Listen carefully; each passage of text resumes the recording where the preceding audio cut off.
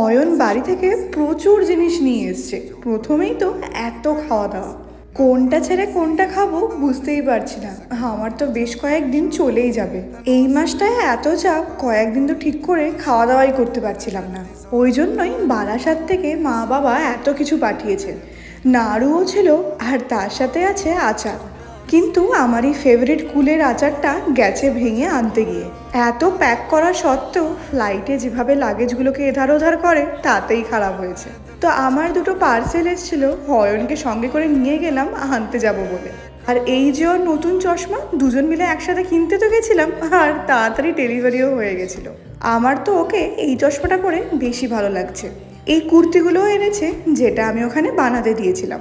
এবার তো রাতে ডিনারের টাইম, খাবো আমরা পোলাও আর চিকেন কষা। কতদিন বাদে বাড়ির খাবার, কোনো রেস্টুরেন্টের খাবারের সাথেও এর তুলনা হয় না।